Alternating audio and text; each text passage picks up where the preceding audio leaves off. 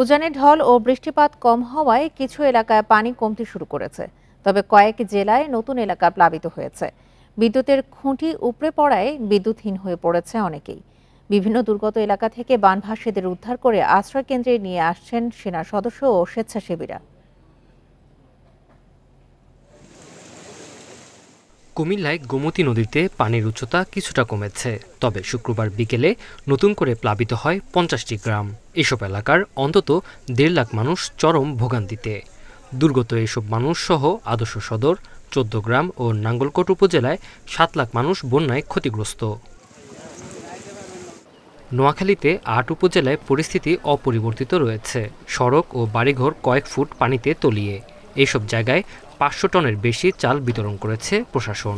আশ্রয় কেন্দ্রে আছে তাদেরকে আমি ধৈর্য ধরার জন্য আহ্বান জানাবো। আমরা প্রত্যেকটা আশ্রয় কেন্দ্রে আমরা ত্রাণ পৌঁছে দেওয়ার চেষ্টা করতেছি এবং আশা করি আমরা সমন্বয়ের মাধ্যমে প্রত্যেকটা আশ্রয় কেন্দ্রে আমরা তারা পৌঁছাতে পারবো। ফেনীর 6 উপজেলায় 10 লাখের বেশি মানুষ পানিবন্দী। উদ্ধার করা হয়েছে অন্তত 50,000 জনকে। বিদ্যুৎ বিচ্ছিন্ন সব এলাকা। সশস্ত্র বাহিনী সহ বিভিন্ন আইনশৃঙ্খলা বাহিনী ও স্বেচ্ছাসেবী সংগঠন ত্রাণ ও উদ্ধার তৎপরতা চালাচ্ছে। আমাদের মাদ্রাসা স্কুল যেগুলো আছে ওইগুলোতে একটা খাবারের লাগা কান্নাকাটি করতেছে, পানি নাই, কিছু নাই। বৃষ্টি না হওয়ায় চট্টগ্রামের হাটহাজারী ও ফটিকছড়িতে পানি কমেছে, তবে দুর্ভোগে 70,000 মানুষ। খাগড়াছড়িতে পরিস্থিতি অপরিবর্তিত। দীঘিনালায় এখনও পানিবন্দী কয়েক হাজার মানুষ। 150 থেকে 200 পরিবারের মতো আমরা ত্রাণ পৌঁছে দেওয়ার ব্যবস্থা করেছি। এবং এছাড়া আমাদের কবাখালী এবং অন্যান্য যে এলাকা বোয়ালখালী ইউনিয়ন, ওখানে আমাদের ত্রাণ কার্যক্রম বিতরণ চলমান রয়েছে। ব্রাহ্মণবাড়িয়ার আখাউড়ায় পানি কমেছে ধীরে। হবিগঞ্জের খোয়াই নদীর পানিও কিছুটা কমেছে, তবে সেখানে 5 উপজেলায় পানিবন্দী রয়েছেন 57,000 মানুষ। নিউট্রালে আছে, মানে আস্তে আস্তে কমতেছে। আর যদি না আগে প্রচুর পানি ছিল, অতিরিক্ত পানি ছিল। স্বস্তি আসছে, স্বস্তি আসলে কি জগতে থাকার বাসস্থান বলতে কোনো কিছুই নাই, সবকিছুই পানি নিয়ে গেছে। মৌলভীবাজারের কমলগঞ্জের পরিস্থিতি উন্নতি হয়েছে, তবে মনু নদের পানির কারণে নতুন করে প্লাবিত হওয়ার শঙ্কায় অনেক এলাকা। Tanzil Hasnat, independent news. বন্যা পরিস্থিতি নিয়ে আরো জানাতে এই মুহূর্তে যোগ দিচ্ছেন নোয়াখালী থেকে সহকর্মী আবু নাসের। নাসের, নোয়াখালীতে এই মুহূর্তে পরিস্থিতি আপনি কেমন দেখছেন? আশ্রয় কেন্দ্রগুলোতে কি অবস্থা? বিভিন্ন জায়গা থেকে তো ত্রাণ সরবরাহ করা হচ্ছে, যথাযথ সুযোগ সুবিধা পাচ্ছেন কিনা আশ্রয় কেন্দ্রের মানুষ? নোয়াখালী এক সপ্তাহ থেকেই মানুষ প্রায় পানিবন্দী হয়ে আছে। পথঘাট, বাড়িঘর, সরকারি বেসরকারি অফিস আদালত, ফসলি জমি, মাছের ঘের, পুকুর, জলাশয় সবকিছু একাকার হয়ে গেছে। এবং সবচাইতে দুর্ভোগের কারণ হচ্ছে যে সড়কগুলো, যতগুলো প্রধান সড়ক থেকে শুরু করে সংযোগ সড়ক সব পানির নিচে তলিয়ে যাওয়াতে মানুষ, বিশেষ করে গ্রামের দিকে সড়কগুলোর উপরে 5-6 ফুট, কোথাও কোথাও 7 ফুট 8 ফুট পানি উঠে যাওয়াতে মানুষ কিন্তু আশ্রয় কেন্দ্র আসতে পারছে না। এখন প্রতিটি আশ্রয় কেন্দ্রে তিল ধারণের জায়গা নেই। এই আমার পাশেই রয়েছে নোয়াখালী সরকারি মহিলা কলেজ আশ্রয় কেন্দ্র। এই কেন্দ্রের পাশেই আমি আছি। এখানে প্রায় 300 মানুষ উঠেছে বলে স্থানীয় বাসিন্দারা জানিয়েছে। গাদাগাদি করে তাদেরকে থাকতে হচ্ছে। আপনি জানতে চাচ্ছিলেন সরকারিভাবে এই কেন্দ্রের কেউই এখনো তেমন কোনো সাহায্য সহযোগিতা পায়নি বলে স্থানীয় বাসিন্দারা অভিযোগ করছেন। তাদের দাবি হচ্ছে যে তারা নিজেরা যে যতটুকু পাচ্ছেন এই আশ্রয় কেন্দ্রে আশ্রিতদেরকে তারা সাহায্য সহযোগিতা করছেন, তা নিয়েই তারা কোনো রকম খেয়ে পড়ে আছেন। এই আশ্রয় কেন্দ্রের পাশেই আমি যদি দেখাই, এখানে এটি জেলা শহরের একটি সড়ক। এই সড়কের কি নাজুক অবস্থা!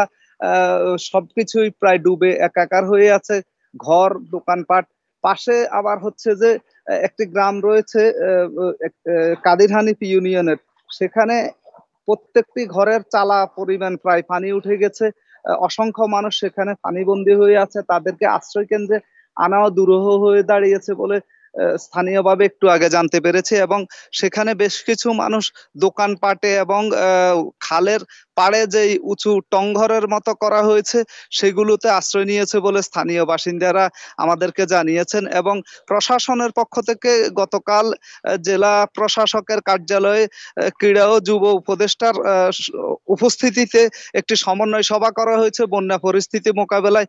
সেখানে জানানো হয়েছে যে চাঁদপুর থেকে ইতোমধ্যে বেশ কিছু নৌকা আনা হয়েছে উদ্ধার কার্যক্রম এবং ত্রাণ কার্যক্রম পরিচালনার জন্য। জেলা প্রশাসক দেওয়ান মাহবুবুর রহমান জানিয়েছেন, যেসব জায়গাতে দুর্গম হওয়ার কারণে প্রচুর পানি থাকার কারণে তারা ত্রাণ নিয়ে পৌঁছতে পারেননি, সেখানে এখন যুব রেড ক্রিসেন্টের স্বেচ্ছাসেবক, স্কাউটের স্বেচ্ছাসেবক এবং প্রশাসনের সংশ্লিষ্ট কর্মকর্তা সহ যারা আগ্রহী বৈষম্য বিরোধী ছাত্র আন্দোলনের কর্মীরা সহ সবাইকে নিয়েই তারা সমন্বিতভাবে ত্রাণ কার্যক্রম পরিচালনা করবেন বলে জেলা প্রশাসক গতকাল জানিয়েছেন।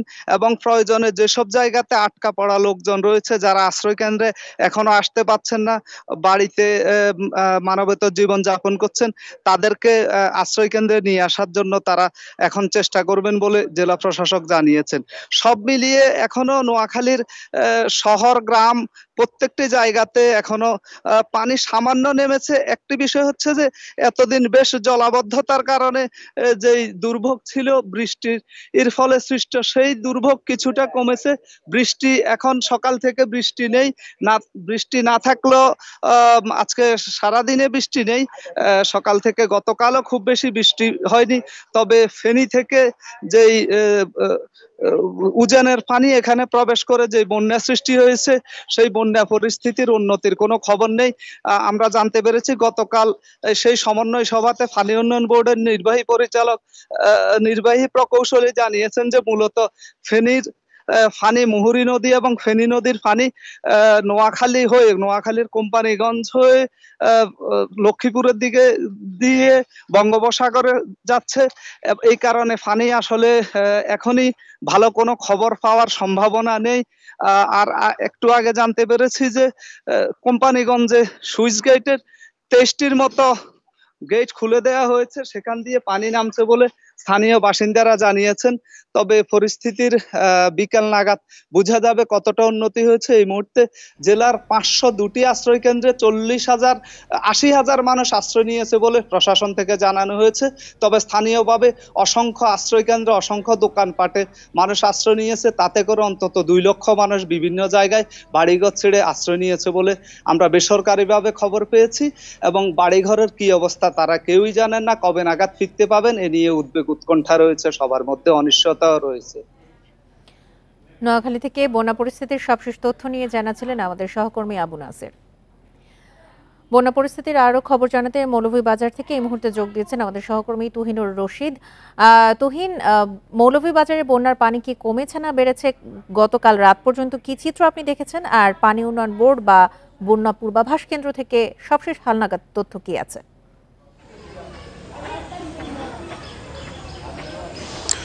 দেখুন, পানি উন্নয়ন বোর্ড আমাদেরকে যেটি আজকে সকালে জানিয়েছেন, তারা যে মৌলভীবাজারের প্রধান যে নদী মনু নদী এবং কুশিয়ারা নদী, এই দুটি নদীর কিন্তু পানি নামছে। এবং যদি আপনাকে জানিয়ে রাখি যে মনু নদী এটি চাঁদনীঘাট পয়েন্টে বিপদসীমার 99 সেন্টিমিটার উপর দিয়ে প্রবাহিত হচ্ছে। অন্যদিকে কুশিয়ারা নদীর যে শেরপুর পয়েন্টে বিপদসীমার 10 সেন্টিমিটার উপর দিয়ে প্রবাহিত হচ্ছে। তবে অন্যান্য যে পয়েন্টগুলি সেগুলিতে কিন্তু বিপদসীমার নিচ দিয়ে প্রবাহিত হচ্ছে, এমনটি আমাদেরকে জানিয়েছে পানি উন্নয়ন বোর্ড। যার ফলে কিন্তু এই যে বন্যার যে অবস্থা সেটি কিন্তু ধীরে ধীরে কমতে শুরু করেছে এবং জনপদ থেকে আস্তে আস্তে পানি নামতে শুরু করেছে। আমি যে জায়গাটিতে আছি এটি হচ্ছে রাজনগর উপজেলা যে সদর, সেইখানে আমি দাঁড়িয়ে আছি এবং এখানকার যে খাদ্য গুদাম, সেই খাদ্য গুদামের সামনেই কিন্তু আমি দাঁড়িয়ে আছি। আপনাকে যদি জানিয়ে রাখি, এই খাদ্য গুদামে কিন্তু যে খাদ্য শস্য মজুত করা ছিল সেখানে কিন্তু পানি উঠে 25 মেট্রিক টন খাদ্যশস্য কিন্তু নষ্ট হয়ে গেছে, এমনটি আমাদেরকে জানিয়েছেন এখানকার উপজেলা নির্বাহী কর্মকর্তা। তবে পানি এই অঞ্চল থেকে ধীরে ধীরে নামতে শুরু করেছে। পানি নামলেও কিন্তু এখন যে নিম্নাঞ্চল যেগুলি অর্থাৎ হাওর অঞ্চলে কিন্তু এই পানিগুলি ধীরে ধীরে নেমে যাচ্ছে, যার ফলে এই সব এলাকায় নতুন করে কিন্তু জনপদ প্লাবিত হচ্ছে। তবে উজানের যেসব এলাকা, সেই সব এলাকা থেকে পানি নামায় বাড়িঘর থেকে পানি নামতে শুরু করেছে গতকালকে রাত্রে থেকে। দেখে এবং এখানকার যে মানুষজন তারা বাড়ি গড়ে ফিরতে শুরু করেছেন এবং সব মিলে আসলে মৌলভীবাজারে এই মুহূর্তে বন্যা পরিস্থিতির যে একদিকে উন্নতি হচ্ছে, অন্যদিকে আবার নতুন নতুন জায়গা প্লাবিত হয়ে মানুষের দুর্ভোগটা বাড়ছে। সব মিলে এখন পর্যন্ত মৌলভীবাজারে প্রায় 2 লাখ মানুষ এখনও কিন্তু পানির মধ্যে দুর্ভোগে রয়েছেন এবং এই জেলা প্রশাসনের তরফ থেকে আমাদেরকে জানানো হয়েছে যে তারা এখন পর্যন্ত 1500 মেট্রিক টন চাল বরাদ্দ দিয়েছেন এই সব দুর্গত মানুষের জন্য। এবং এখানে আমরা দেখেছি যে যারা বিশেষ করে এইখানকার যে সামাজিক সাংস্কৃতিক সংগঠন এবং বিভিন্ন রাজনৈতিক দলের নেতাকর্মীরা কিন্তু ছুটে আসছেন এইসব এলাকায় বানবাসী মানুষের কাছে। এবং এখানকার যে আপনি জানেন যে মৌলভীবাজার প্রবাসী অধ্যুষিত এলাকা এবং এখানকার যে প্রবাসীরা তারা কিন্তু এই দুর্গত মানুষের পাশে ছুটে এসেছেন এবং সাহায্য সহযোগিতা এবং শুকনো খাবার এগুলো কিন্তু তারা বিতরণ করছেন। তবে বন্যা পরিস্থিতির সব মিলিয়ে মৌলভীবাজারের যদি চিত্রটি আপনাকে জানিয়ে রাখি, এই মুহূর্তে বন্যা পরিস্থিতি উন্নতির দিকে যাচ্ছে, তবে অন্যদিকে আবার অবনতিও হচ্ছে। আর নদ নদীর পানি কমতে শুরু করেছে। আশা করা যায় যে আগামী 24 ঘন্টা থেকে 48 ঘন্টার মধ্যে নদ নদীর পানি বিপদসীমার সবগুলো পয়েন্টে নিচে নেমে আসবে। মৌলভীবাজার থেকে সবশেষ তথ্য নিয়ে জানাচ্ছিলেন আমাদের সহকর্মী তুহিনুর রশিদ। ভারী বৃষ্টি ও বন্যায় লক্ষ্মীপুরে ভেসে গেছে 40,000 পুকুরের মাছ। সবজি ও আমনের বীজতলা সহ 20,000 হেক্টর ফসল পানিতে তলিয়ে গেছে। সব হারিয়ে দুশ্চিন্তায় কৃষক। মৎস্য ও কৃষি বিভাগ জানিয়েছে ক্ষয়ক্ষতির পরিমাণ ও ক্ষতিগ্রস্তদের তালিকা করার কাজ চলছে। 20 বছরে এত পানি আর জলাবদ্ধতা দেখেনি লক্ষ্মীপুরের মানুষ। টানা ভারী বর্ষণ ও আকস্মিক বন্যার পানিতে রাস্তাঘাট ঘরবাড়ি তলিয়ে গেছে, ভেসে গেছে মাছের খামার, সবজি ক্ষেত ও বীজতলা। এসব ক্ষতি কিভাবে কাটাবে এ নিয়ে দুশ্চিন্তায় কৃষক। আমার একটা মাছের খামার আছে, ওখানে 20,000 মাছ ছিল তেলাপিয়া। এটা সম্পূর্ণ আপনার পানিতে ঘেরটা সম্পূর্ণ চলে গেছে। তো সারা লক্ষ্মীপুরে আজকে চাষিদের এই অবস্থা। মাছ গনাইতে আছে, খালি চলতে আছে, বৃষ্টি পানির তো অবস্থা ঘুরে গেছে, আমরা দাম কই। জেলা কৃষি কর্মকর্তারা জানান বন্যায় ফসলের ক্ষতি 10 থেকে 15 কোটি টাকার। ক্ষয়ক্ষতির পরিমাণ আরও বাড়বে বলে আশঙ্কা করা হচ্ছে। কয়েকদিনের বৃষ্টিতে আমাদের আমন বীজতলার প্রায় 1486 হেক্টর জমি ক্ষতিগ্রস্ত হয়েছে, আর দণ্ডায়মান আমন ফসলের 2618 হেক্টর জমি ক্ষতিগ্রস্ত হয়েছে। এছাড়া আউশ ফসলের দণ্ডায়মান ফসলের 2963 হেক্টর জমি ক্ষতিগ্রস্ত হয়েছে। আর শরৎকালীন সবজির 443 হেক্টর জমি আক্রান্ত হয়েছে। তো এই আবহাওয়া যদি বিরাজমান থাকে তাহলে আমাদের আক্রান্ত পরিমাণ আরও বাড়তে পারে। মৎস্য বিভাগ জানান জেলায় 40,000 পুকুর ভেসে গেছে। এতে 80 থেকে 90 কোটি টাকার ক্ষতি হয়েছে। এই মাছের পরিমাণ প্রায় 3,000 মেট্রিক টন। এখানে ছোট বড় সব ধরনের মাছ আছে। তো এটা আসলে এখনো চলমান আছে। আজকে যদি বর্ষা চলতে থাকে তাহলে হয়তো এটা ক্ষতির পরিমাণটা আরও বেড়ে যাবে। এবং এই পর্যন্ত যতটুকু হয়েছে, তো আমার মনে হয় আরও 2-1 দিন এভাবে চললে ক্ষতির পরিমাণটা 2 গুণ থেকে 3 গুণের দিকে চলে যাবে। ক্ষতির পরিমাণ নির্ধারণে কাজ চলছে। ক্ষতিগ্রস্তদের তালিকা তৈরি করে মন্ত্রণালয়ে পাঠানো হবে। কিভাবে এই ক্ষতি পুষিয়ে নেওয়া যায় সে বিষয়ে কাজ করছে জেলা প্রশাসক। Independent news.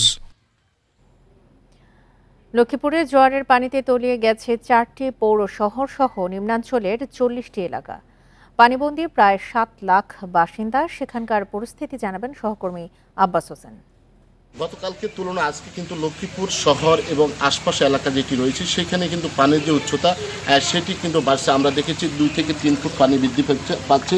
এর বাইরেও কিন্তু প্রায় গ্রামগতি কমলনগর, রায়পুর এবং সদরের যেই বিভিন্ন এলাকা রয়েছে বা পৌরসভাগুলো রয়েছে সেখানে কিন্তু এখন পর্যন্ত যেই তথ্য অনুযায়ী প্রায় 7 লাখ মানুষ পানিবন্দী হয়ে পড়েছেন। এর বাইরে কিন্তু এখানকার যে স্থানীয় যে প্রশাসন রয়েছে বা বিভিন্ন রাজনৈতিক দল রয়েছে তারাও কিন্তু এখানে ত্রাণ দিচ্ছেন, কিন্তু সেটি কিন্তু অনেক কম। এমনকি এখানকার যারা আশ্রয় নিয়েছে প্রায় 20,000 মানুষ, এই আশ্রয় কেন্দ্রগুলো থেকে অনেকের সাথে কথা বলে আমরা এমনটি জানতে পেরেছি। লক্ষ্মীপুরে 40,000 পুকুরের মাছ ভেসে গেছে এবং প্রায় 20,000 হেক্টর যে শরৎকালীন সবজি এবং যে বীজতলা বীজতলা সেটিও ক্ষতিগ্রস্ত হচ্ছে বলে যে মৎস্য বিভাগ এবং কৃষি বিভাগ থেকে জানানো হয়েছে। তবে যদি এইটি অব্যাহত থাকে, পানি অব্যাহত থাকে, তাহলে এই যে ক্ষতির পরিমাণ আরও বাড়বে পাশাপাশি এখানে যারা ক্ষতিগ্রস্ত হয়েছে বিভিন্ন সড়ক রাস্তাঘাট এখন পর্যন্ত পানির নিচে আছে।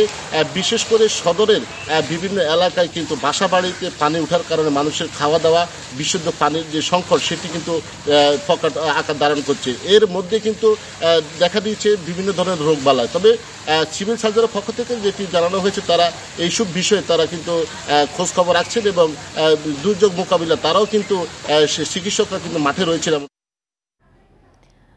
খাগড়াছড়িতে নতুন করে প্লাবিত হয়েছে সদর উপজেলা। দীঘিনালার ৩০টি গ্রাম তলিয়ে ভোগান্তিতে অর্ধলক্ষাধিক মানুষ। এই মুহূর্তে বিস্তারিত জানাবেন আমাদের সহকর্মী সমীর মল্লিক।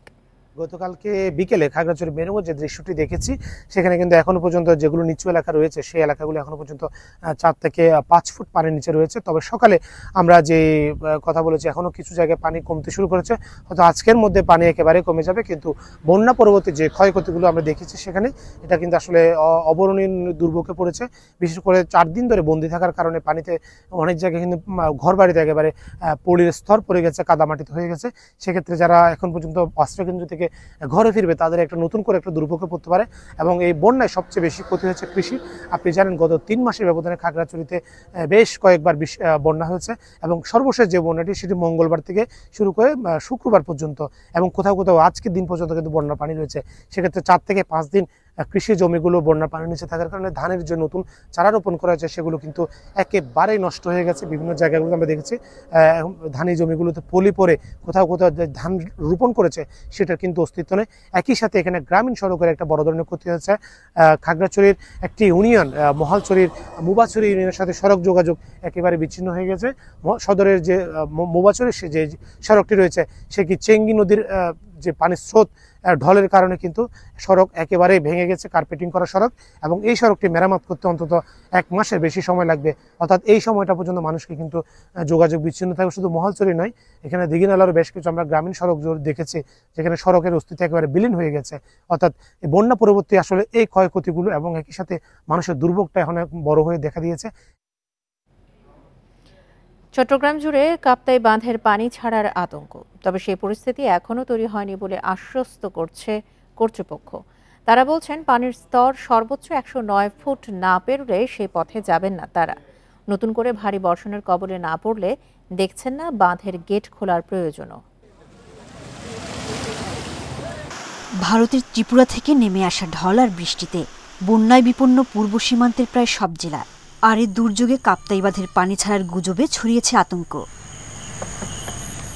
তবে সে গুজব নাকচ করে কর্তৃপক্ষ জানাচ্ছে পানির স্তর 109 ফুট উঠলেই ছাড়া হয় পানি। এখনও তা আছে 107 ফুটের মধ্যে। শুক্রবার বৃষ্টি না হওয়ায় পানি বাড়ার গতিও কমেছে।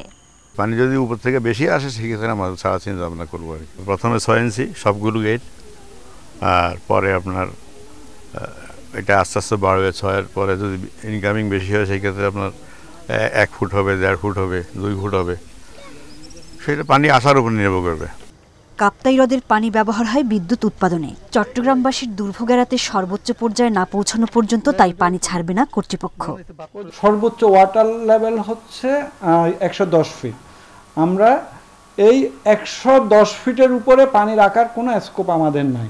নর্মালি আমরা 109 হলে পানি ছাড়া আরম্ভ করি। এবং কাপ্তাই বাঁধের পানি ছাড়লে এর প্রভাব পড়বে গুমাই বিল সহ বিস্তীর্ণ এলাকায়। তাতে প্লাবিত হতে পারে চট্টগ্রাম শহরের নিচু এলাকাও।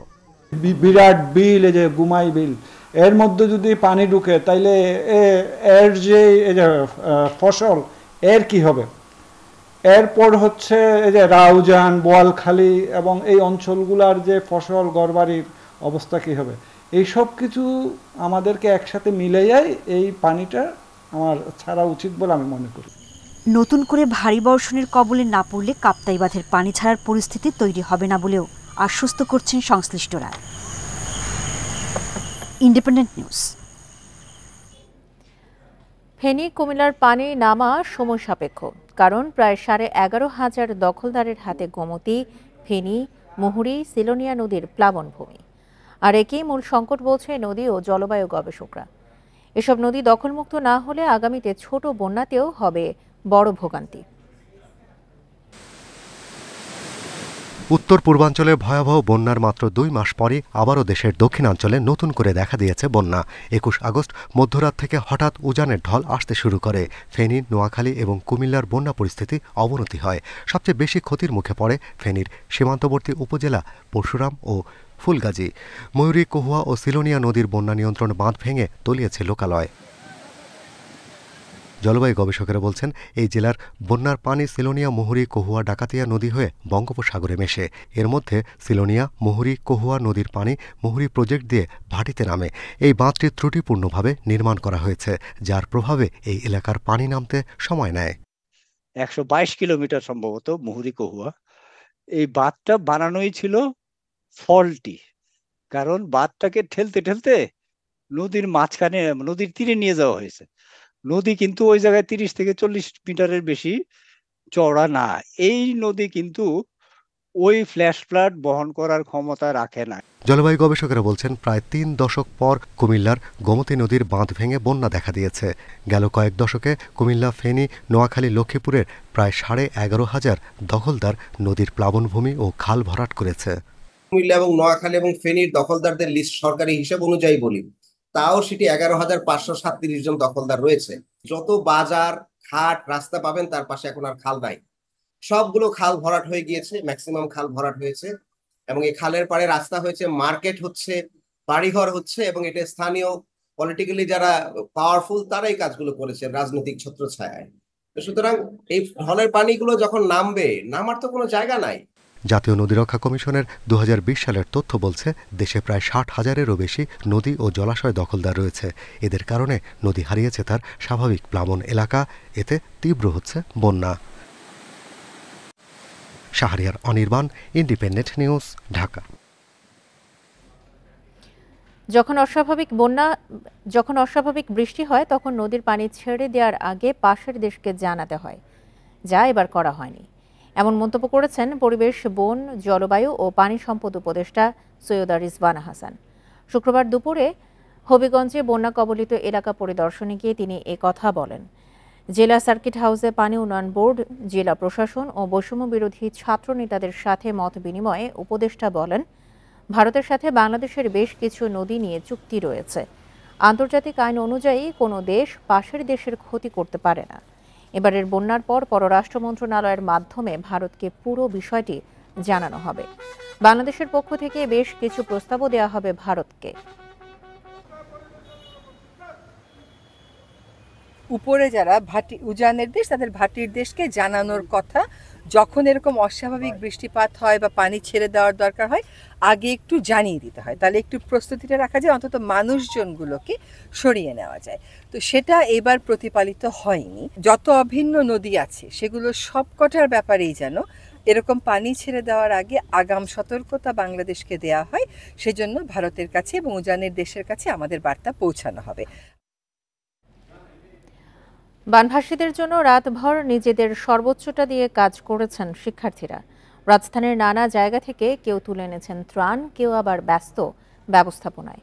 আরেক দল সেসব নিয়ে ছুটেছেন দুর্গত এলাকায়। তাদের সামনে এখন একমাত্র বাধা যোগাযোগ জটিলতা। তখন রাত প্রায় 12টা। রাজধানীর নানা এলাকা থেকে ত্রাণ নিয়ে রাখা হচ্ছে ঢাকা বিশ্ববিদ্যালয়ের টিএসসিতে। সেসব গুছিয়ে রাখছেন শিক্ষার্থীরা। তাতে আছে ছোট বড় সবার জন্যই নতুন বা পুরনো পোশাক। আমরা দেখেছি অনেক দূর দূরান্ত জায়গা থেকে মানুষ স্বপ্রণোদিত ইচ্ছাকৃত হয়ে এখানে এসেছে এবং যারা না আসতে পারছে আমাদেরকে জানাচ্ছে, আমরা গাড়ি পাঠিয়ে তাদের বাসায় যানবাহন পাঠিয়ে আমরা কিন্তু সেখান থেকে নিয়ে আসছি। এখানে হচ্ছে স্কুল, কলেজ, বিশ্ববিদ্যালয় সবাই এখানে আছে। স্পেসিফিকভাবে কোন বিশ্ববিদ্যালয়, কোন কলেজ, এখানে কিছুই নেই। যেমন আমি নটর ডেম ইউনিভার্সিটি স্টুডেন্ট, আমি ঢাকা ইউনিভার্সিটির সবাই ভাইয়াদের সাথে, আমার ফ্রেন্ডদের সাথে সেভাবে কাজ করে যাচ্ছি। আরেক প্রান্তে খাদ্য সামগ্রী, বিশুদ্ধ পানি বা শুকনা খাবার, তেল থেকে শুরু করে নানা ওষুধ বা খাবার স্যালাইন কি নেই এখানে। আমাদের সরকারের কাছে এই দাবি করি যেন উনি পার্শ্ববর্তী দেশকে বলে যে এখনই থামা উচিত। যত কিছু লাগে, ওষুধ দ্রব্য থেকে শুরু করে শুকনা খাবার থেকে শুরু করে আপনার হচ্ছে কাপড় পর্যন্ত বাদ যায়নি। দুর্গতদের সহায়তায় অর্থ সংগ্রহ করেছেন বেসরকারি বিশ্ববিদ্যালয়ের শিক্ষার্থীরাও। ঢাকার নানা জায়গা থেকে নৌকা জোগাড় করে মধ্যরাতে ক্যাম্পাস ছাড়ে ব্র্যাক বিশ্ববিদ্যালয়ের একটি দল। টিম যাবে হচ্ছে লক্ষ্মীপুরে যাবে, আর আরেকটা যাবে হচ্ছে কুমিল্লার দিকে যাবে। লক্ষ্মীপুরে যে টিমটা যাবে সেই টিমটা মেইনলি রিলিফের কাজে যাচ্ছে। পানির লেভেল অনেক উপরের স্তরে আছে আর কি, যেখানে মানুষ সঠিকভাবে মানে বের হতে পারছে না। তা ওখানে আমরা নৌকাগুলো ডিপ্লয় করব এবং সেখান থেকে মানুষদেরকে উদ্ধার করার ব্যবস্থা করব। প্রায় একই সময়ে আরও 3টি ট্রাকে 500 পরিবারের জন্য এক সপ্তাহের খাবার নিয়ে কুমিল্লা গেছে ইস্ট ওয়েস্ট বিশ্ববিদ্যালয়ের শিক্ষার্থীরা। আমরা আজকে আমাদের সহ প্রায় 6টা টিম চলে গেছে। আমাদের ফেনীতে টিম গেছে, আমাদের লক্ষ্মীপুরে একটা টিম গেছে, কুমিল্লাতেও টিম গেছে। যখন হয় তখন আসলে ধনী গরিব বলে কোনো কিছু থাকে না, টাকাও ভাষায় নেওয়া যায়, খাবারও ভাষায় নেওয়া যায়। তো সেই হিসাবে আমরা বুঝতে সবাই নিডি, আমরা যারা প্রকৃতভাবে এটার প্রয়োজন অনুভব করবে আমরা তাদেরকে হেল্প করব। এ সময় তারা জানান সুষ্ঠুভাবে ত্রাণ পৌঁছতে দরকার সঠিক তথ্য, তাই এ কাজে এগিয়ে আসতে হবে সবাইকে। ইকরামুল কবির, ইন্ডিপেন্ডেন্ট নিউজ, ঢাকা। বন্যা দুর্গত মানুষের সহায়তায় বিপুল পরিমাণ ত্রাণ সামগ্রী বিতরণ করেছে বেক্সিমকো ফার্মা। দুর্গত অঞ্চলে দ্রুত ত্রাণ পৌঁছে দিতে শুক্রবার সকালেও বাংলাদেশ নৌবাহিনীর হাতে ত্রাণ সামগ্রী হস্তান্তর করে প্রতিষ্ঠানটি। ত্রাণের বিষয়ে প্রতিষ্ঠানটি জানায়, দেশবাসীর প্রয়োজনে বরাবরের মতোই দুর্গতদের সহায়তায় কাজ করছে তারা। এর আগে বৃহস্পতিবার কুমিল্লা ও ফেনী এলাকার মানুষের জন্য সেনাবাহিনীর কাছে ত্রাণ হস্তান্তর করে বেক্সিমকো ফার্মা। দুর্গত অঞ্চলে কেউই যেন সহায়তা বঞ্চিত না হয় সে বিষয়ে প্রতিষ্ঠানটি কাজ করছে বলেও জানানো হয়েছে। অবসরপ্রাপ্ত বিচারপতি শামসুদ্দিন চৌধুরী মানিককে সিলেটের সীমান্ত এলাকা থেকে আটক করেছে বিজিবি। শুক্রবার রাতে তাকে আটক করা হয়। বিজিবির পক্ষ থেকে আটকের তথ্য নিশ্চিত করা হয়েছে। বিজিবি জানায়, বিচারপতি মানিক ভারতে যাওয়ার চেষ্টা করছিলেন। কানাইঘাট উপজেলার দনা সীমান্তে ঘোরাঘুরি করছিলেন তিনি। তাকে সীমান্তের শূন্যরেখার 100 মিটার ভেতর থেকে আটক করা হয়। রাতে সীমান্ত এলাকায় তাকে দেখেন স্থানীয়রা, পরে বিজিবিকে খবর দেয় তার। বিএনপির প্রতিষ্ঠাতা সাবেক রাষ্ট্রপতি জিয়াউর রহমানকে নিয়ে আপত্তিকর মন্তব্য করায় মানিকের নামে গত সোমবার নোয়াখালীর আদালতে মামলা হয়েছে।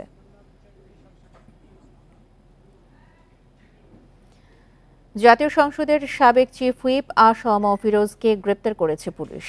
শুক্রবার রাতে রাজধানীর বনানী থেকে তাকে গ্রেপ্তার করা হয়েছে। তবে কোন মামলায় গ্রেপ্তার এই নিয়ে বিস্তারিত জানানো হয়নি। পটুয়াখালী 2 আসনে আওয়ামী লীগের সাবেক এমপি আসম ফিরোজ 10ম জাতীয় সংসদে চিফ হুইপের দায়িত্ব পালন করেন। ছাত্র জনতার আন্দোলনের মুখে গত 5ই আগস্ট শেখ হাসিনা পদত্যাগ করে দেশ ছাড়ার পর আত্মগোপনে চলে যান আওয়ামী লীগ এবং সহযোগী সংগঠনের নেতারা। আত্মগোপনের তালিকায় আছেন সাবেক মন্ত্রী, সরকারি কর্মকর্তা ও রাষ্ট্রের বিভিন্ন গুরুত্বপূর্ণ পদে দায়িত্ব পালন করা ব্যক্তিরা।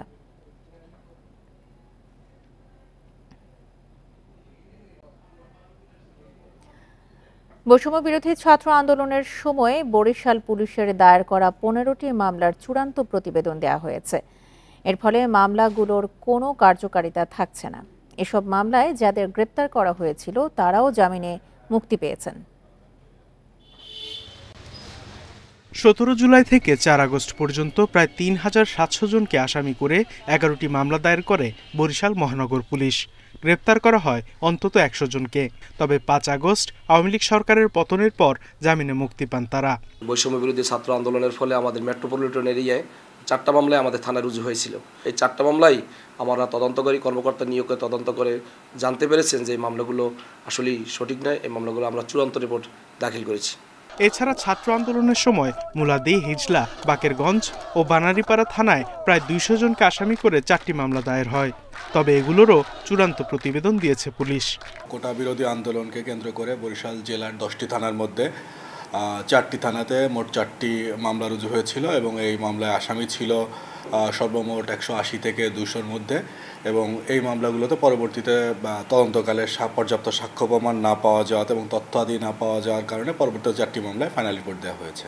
কোনো সত্যতা না পাওয়ায় মামলাগুলো প্রত্যাহার করে নিয়েছে পুলিশ। বিভিন্ন ঘটনার প্রেক্ষিতে আপনারা জানেন যে মামলাগুলো রুজু হয় এবং আমরা তদন্ত করি। তদন্তের পর্যায়ে আমরা সর্বশেষ মামলাগুলো ফাইনাল রিপোর্ট আমরা দিয়েছি। মামলা আমাদের বরিশাল মেট্রোপলিটন পুলিশের সার্বিক আইন শৃঙ্খলাও ভালো রয়েছে। সার্বিক পরিস্থিতি বিবেচনা করে সবার সাথে আমরা বসে কথা বলে আমরা মামলা ফাইনাল রিপোর্ট দিয়েছি। চূড়ান্ত প্রতিবেদন দাখিল হওয়ায় এসব মামলার আসামিরা এখন দায়মুক্ত। Independent news. শিক্ষার্থীদের উদ্যোগে বদলে গেছে জামালপুর টাউন জংশন স্টেশনের চিত্র। একদিকে পরিষ্কার হয়েছে প্ল্যাটফর্ম, অন্যদিকে রংতুলির ছোঁয়ায় রঙিন হয়ে উঠেছে পুরো স্টেশন। শিক্ষার্থীদের এমন উদ্যোগকে স্বাগত জানিয়েছে সাধারণ মানুষ। দেয়ালে দেয়ালে পোস্টার, প্ল্যাটফর্মে ধুলা, ময়লা আবর্জনা ছড়াছড়ি ছিল জামালপুর টাউন জংশন স্টেশনের পরিচিত দৃশ্য। তবে শিক্ষার্থীদের উদ্যোগে বদলে গেছে সেই অবস্থা। ছাত্র আন্দোলনের হাত ধরে দেশজুড়ে শিক্ষার্থীদের হাতে দেয়ালে দেয়ালে ফুটে উঠছে গ্রাফিতি ও স্ট্রিট আর্ট। এগুলোতে আন্দোলনের ঘটনা প্রবাহ থেকে গুরুত্ব পাচ্ছে সংস্কারের নানা বার্তাও। রংতুলির আঁচড়ে বদলে গেছে জামালপুর টাউন জংশন স্টেশনও। দুর্নীতি বিরোধী কথা, কার্টুন সবকিছুর মাধ্যমে জনগণকে দুর্নীতিমুক্ত করার একটা বার্তা দিচ্ছি। কালোবাজারিগুলো রয়েছে, টিকেট সিন্ডিকেট রয়েছে, এগুলো যাতে না হয় সেই জন্যই আমরা এই গ্রাফিতিগুলো চিত্র অঙ্কন করতেছি। শিক্ষার্থীদের উদ্যোগকে স্বাগত জানিয়েছেন সর্বস্তরের মানুষ, করছেন সহযোগিতাও। নিজেদের পকেট থেকে টাকাটা দিচ্ছি এই খরচটা ওঠানোর জন্য। এছাড়াও কেউ যদি স্বেচ্ছায় এসে বলছে আমাদের যে তারাও সমাজের উন্নয়নে অংশ রাখতে চায়, তো সেই ক্ষেত্রে তারাও দিচ্ছে। প্রতিটি কথারই যথার্থ মর্যাদা রয়েছে। আমরা তাদের এই কাজকে সাধুবাদ জানাই। আমাদের স্টেশনটার যে সৌন্দর্য, এটা অনেক বৃদ্ধি পাচ্ছে। অনেক দূর থেকে লোক আসলেও দেখতে পারবে যে জামালপুর স্টেশনটা অনেক সুন্দর দেখা যাচ্ছে। স্টেশনের সৌন্দর্য রক্ষায় কর্তৃপক্ষের পাশাপাশি সবাইকে সচেতন থাকার আহ্বান শিক্ষার্থীদের। Independent news. আর এই ছিল এখনকার মতো বিরতিহীন ইন্ডিপেন্ডেন্ট সংবাদে। ইন্ডিপেন্ডেন্ট টেলিভিশনের সব খবর আরও বিস্তারিত জানতে চোখ রাখুন ফেসবুক, ইউটিউব এবং এক্সে। ধন্যবাদ সবাইকে। আমন্ত্রণ পরের আয়োজনে।